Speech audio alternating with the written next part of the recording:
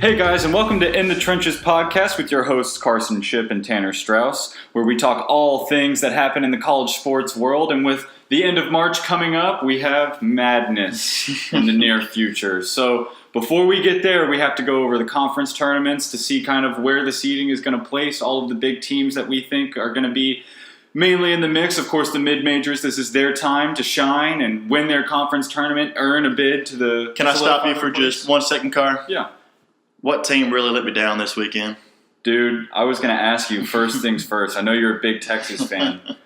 What kind of quandary are you guys in right now with the bracket situation? Because, I mean, you guys just lost to TCU, and now you guys are going to go have to play Kansas in the first round of the Yeah, hey, congrats, Texas. Congrats.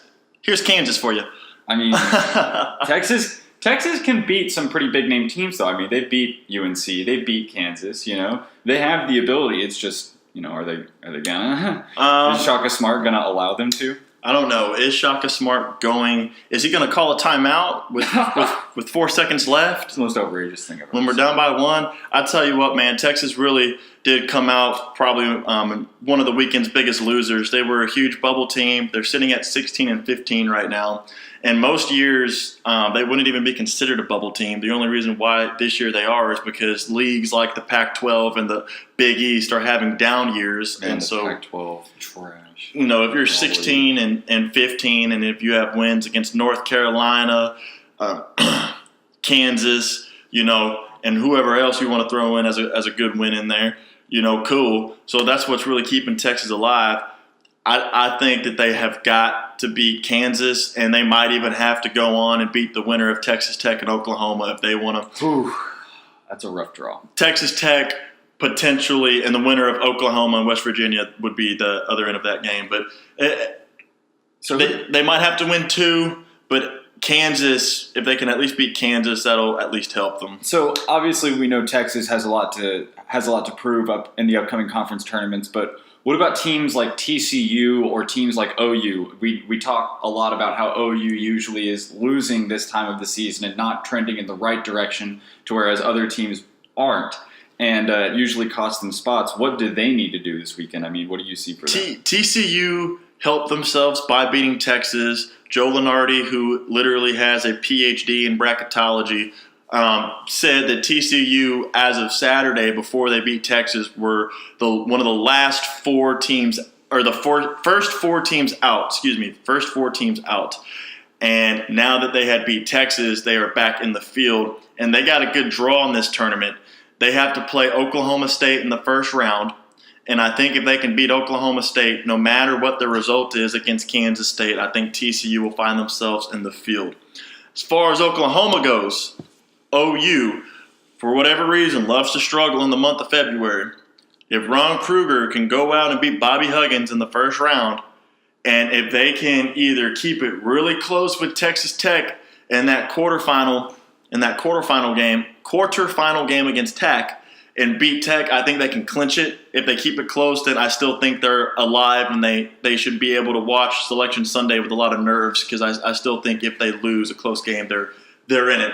You know, a team I think a lot of people aren't talking about in the Big 12, and this may be the last thing we have to talk about on this segment, is Baylor. I think Baylor is really overlooked in the Big 12. You know, I've been talking a lot about Iowa State this whole season and how impressive Muriel Shayok is, but Baylor has some impressive wins, but also some crushing losses. But I think that they have the ability to win these big-time games, and the question for me is, will Baylor be able to do that in the conference championship game? And that's how I'm going to kind of tell where I'm going to put them in my bracket. You know what I mean? So Kansas ended their 14 season. The most overlooked school in the Big 12, even though that they have all these wins. I got a smile on my face right now. I agree, man. I love Kansas State. They have the ability to beat anyone that they play, and that's who I'm going with. I don't think anyone is going to beat them. Threw a curveball there. You know, Kansas State is a great pick, and I would agree with you, but I want us to pick 2 different teams in our favorite league. I'm going with Tech. I think Chris Beard has done a phenomenal job. They were picked to finish 7th, and they ended up finishing 1st, and they actually split it with your K-State Wildcats to end Kansas' regular season conference championship streak. I really did struggle picking between Tech and K-State. But Shipp has K-State.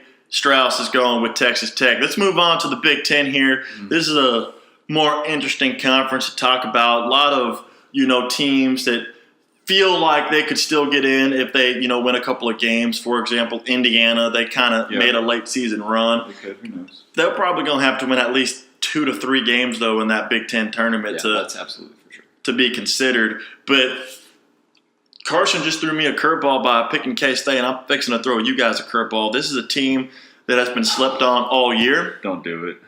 And I think this team is a second weekend team in the NCAA tournament.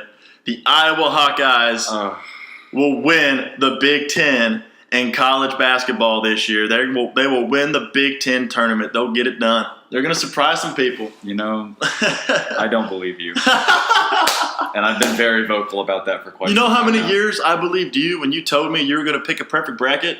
That's rude of you to hold me against that. I'm going to take Michigan. It's a good pick, though. Point blank period. I mean, they've been really consistent. They do have a couple bad losses, but everyone does when you're at the top of the game because teams play you harder than they do any other team naturally. And so even though they have some losses to Wisconsin teams, not necessarily as good as them or on level, I still think that they're going to be able to make some noise in the tournament. Nice.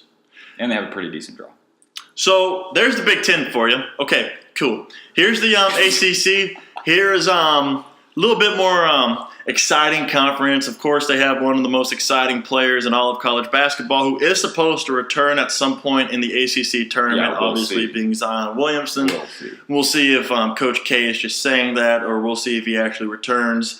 This is actually one of the more interesting conference tournaments because really the ACC, in my opinion, has like 5 legit teams that could make the Elite Eight Final Four, being Virginia Tech, Virginia, Duke, North Carolina. And so, I know that Virginia disappointed a lot of people last year.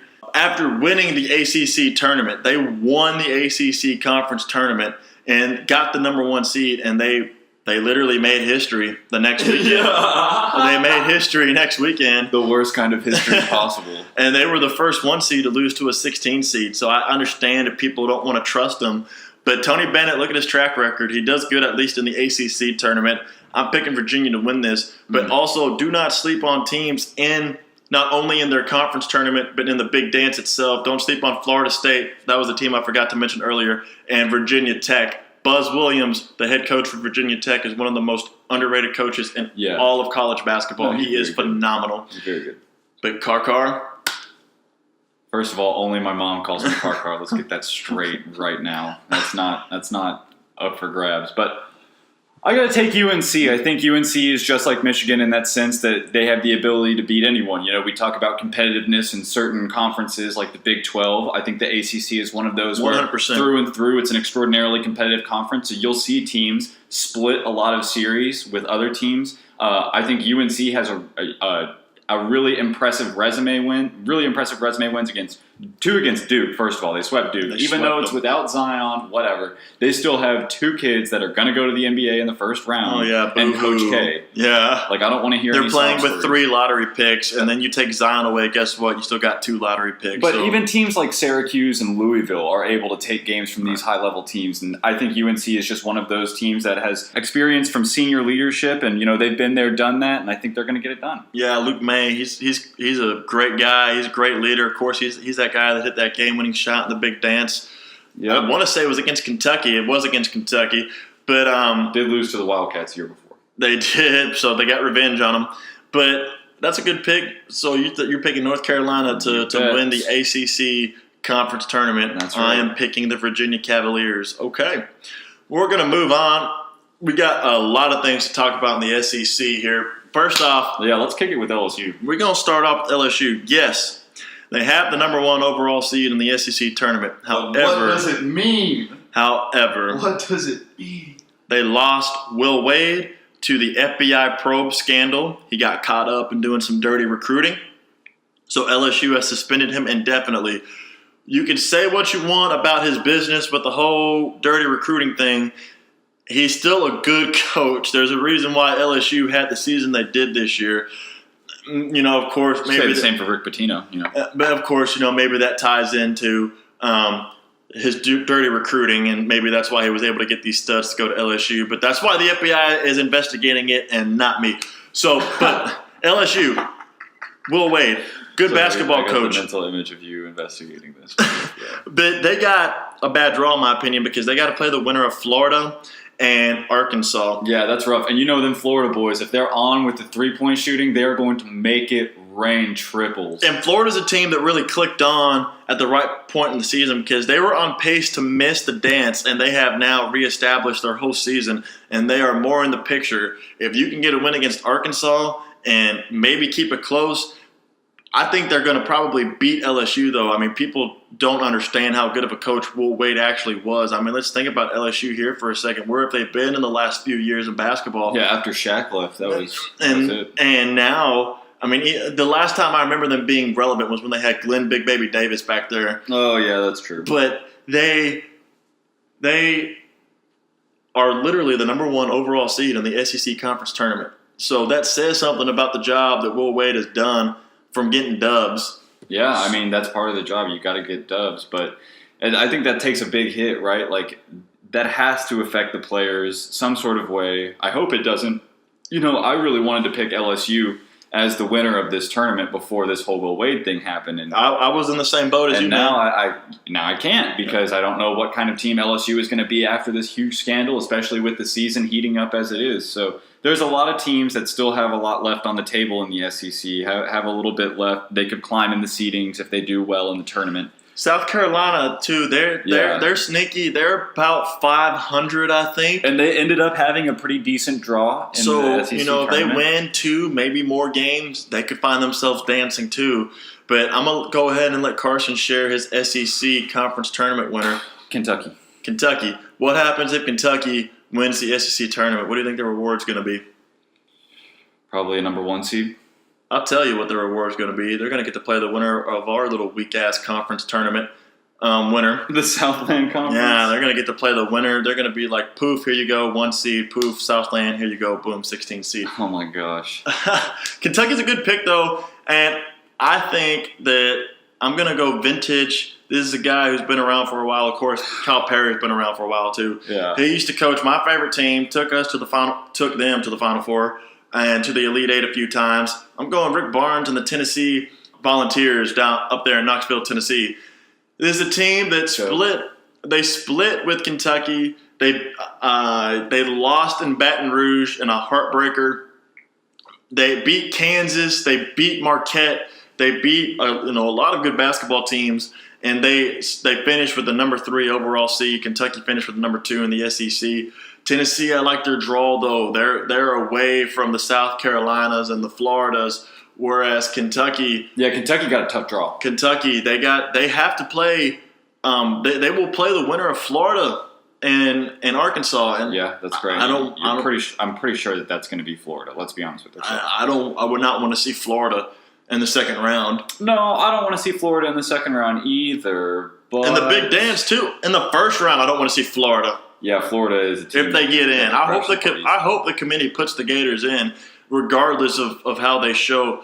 And maybe if they lose to Arkansas, that's a different story. But if they beat Arkansas, then regardless of how their play goes in the SEC, I hope the committee puts them in. I just don't feel comfortable picking Tennessee because everything is so new to them. This big success is so new to them. You know, Tennessee is not known as a great, phenomenal basketball school in the modern era.